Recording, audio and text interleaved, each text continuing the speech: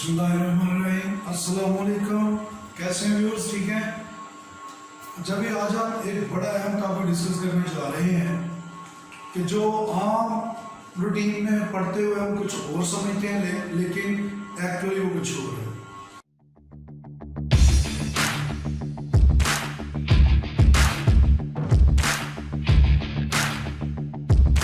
आज हम देखेंगे aromatic compounds and aromaticity.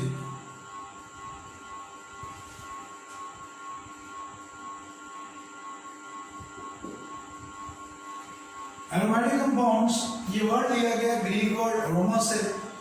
Aroma का मतलब होता है Saint, Khushboo.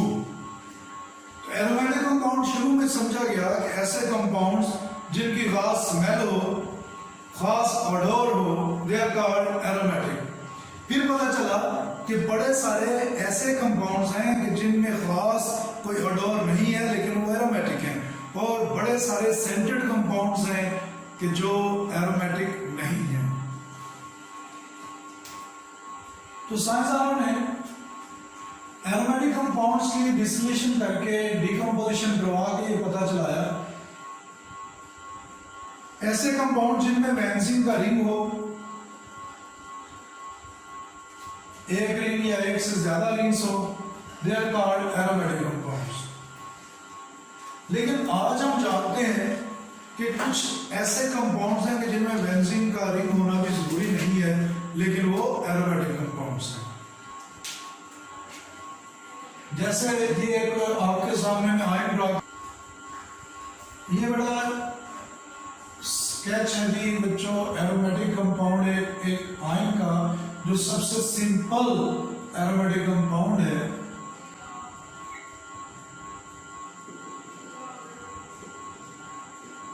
It is called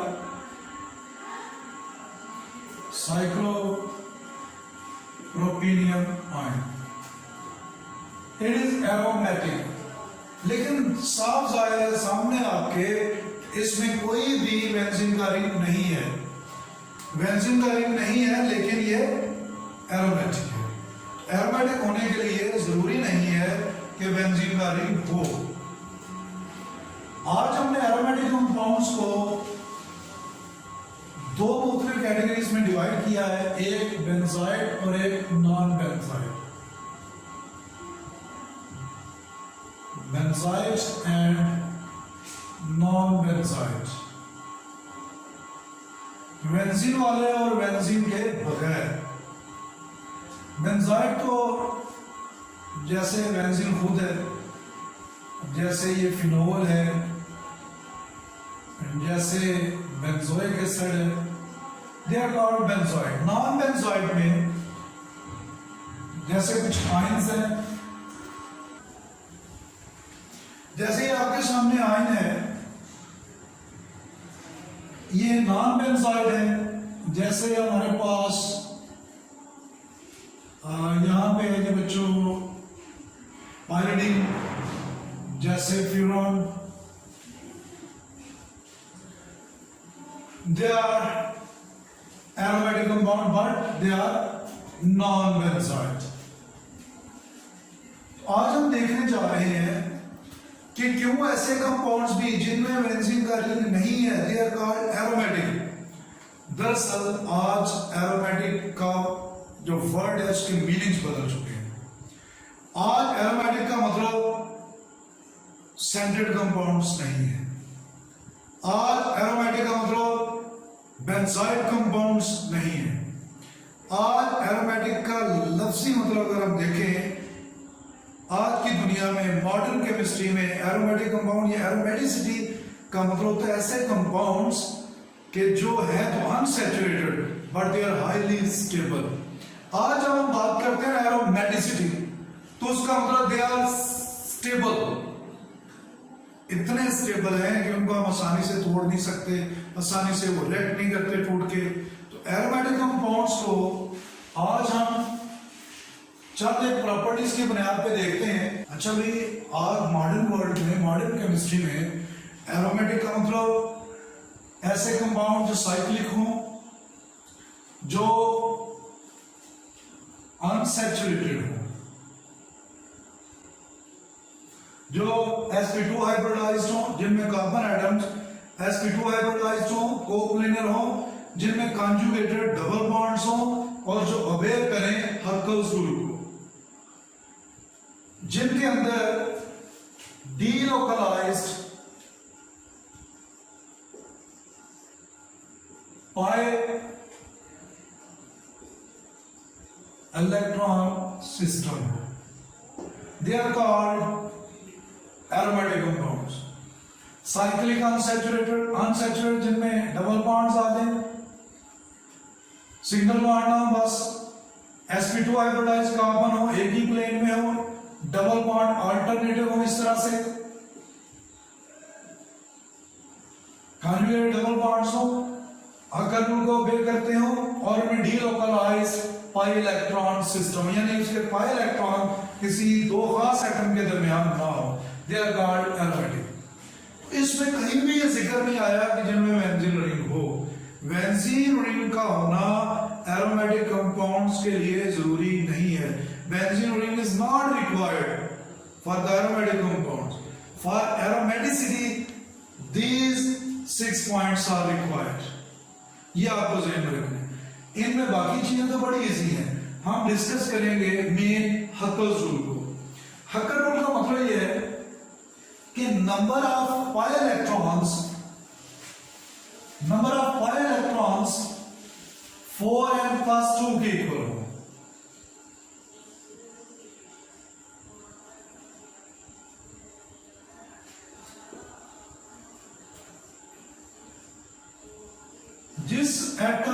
जिस मॉलिक्यूल के अंदर, जिस आयन के अंदर number of pi electrons equal होंगे 4n + 2 के, तो वो एरोमेटिक होगा। इधर n क्या है? n नॉन नेगेटिव इंटीजर कोई होगा, कोई ऐसा डिजिट जिसमें नेगेटिव नहीं, 0 से शुरू हो सकता है, 1 2 3 so on। अगर हम n की जगह 0 रख दें तो आंसर आएगा 2। अगर 2 पाई इलेक्ट्रॉन्स हैं किसी में तो वो एरोमेटिक होगा। फॉर एग्जांपल हमारे पास ये वाला एक आयन है साइक्लोप्रोपीनियम आयन,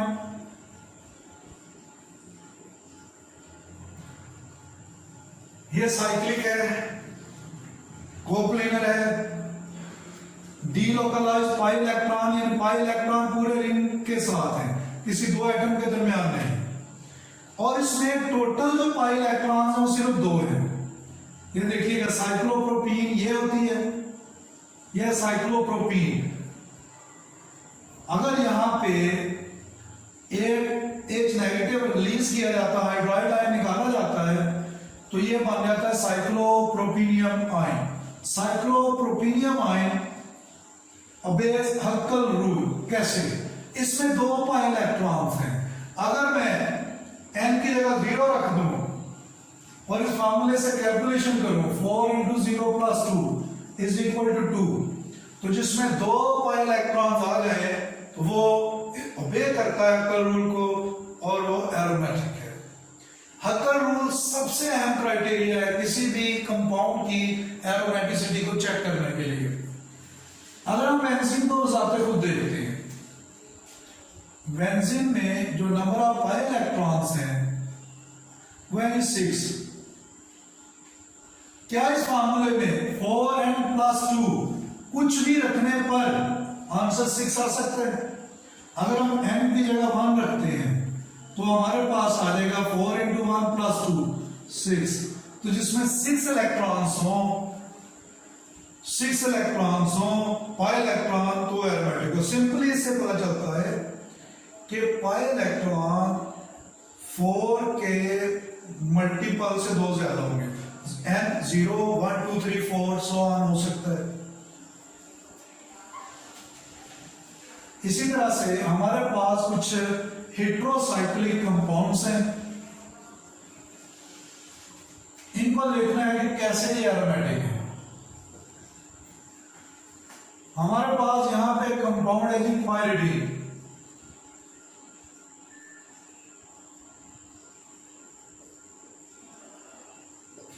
पाइरिडीन में नंबर ऑफ पाई, ये नंबर ऑफ पाई इलेक्ट्रॉन्स के हवाले से देखें तो 6 है, इसमें पूरा उतरा। अगर n की जगह 1 लिखें, ये साइक्लिक है, अनसैचुरेटेड है, इसके अंदर कॉन्जुगेटेड डबल बॉन्ड्स हैं, कोप्लेनर है, sp2 hybridized atom, that's why it is aromatic.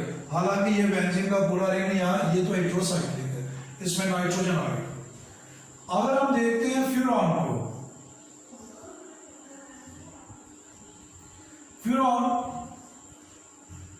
इसको ऐसे लिख सकते हैं या इस तरह से भी स्ट्रक्चर इसका बना सकते हैं।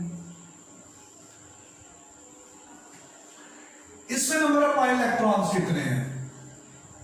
Conjugated double bonds, coplanar, sp2 hybridized. इसमें पाई इलेक्ट्रॉन 1 2 3 4 है, तो ये तो इसको ओबे नहीं कर रहा। क्यों? m की जगह कुछ भी लिखे, 4 तो आंसर आ नहीं सकता।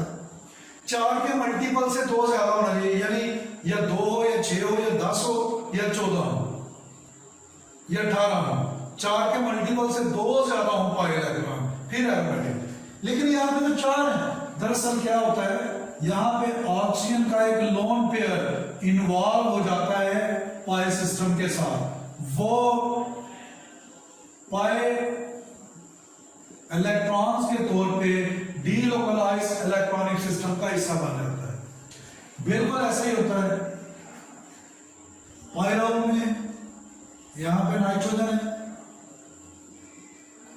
इसका लोन पेयर इन्वॉल्व हो जाता है डीलोकलाइजेशन में। ऐसे ही हमारे पास थायोफीन है, थायोफीन में भी इसका लोन पेयर इन्वॉल्व हो जाता है डीलोकलाइजेशन। तो एरोमेटिक कंपाउंड्स फिर ऐसे कंपाउंड्स होंगे कि जिनमें बेंजीन रिंग का होना जरूरी नहीं है। क्या जरूरी है?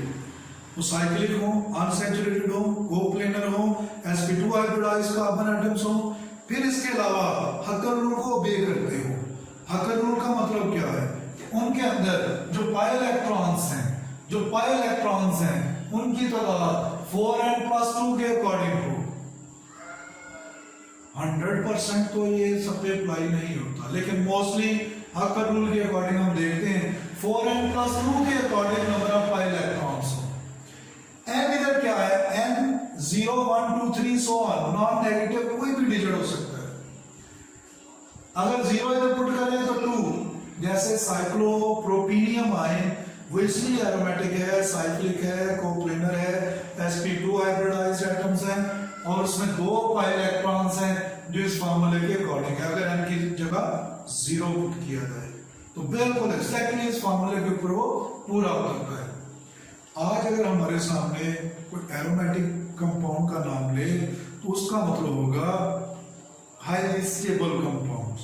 उसका मतलब बेंजीन वाले कंपाउंड नहीं होगा, उसका मतलब एरोमेटिक कंपाउंड्स नहीं होगा।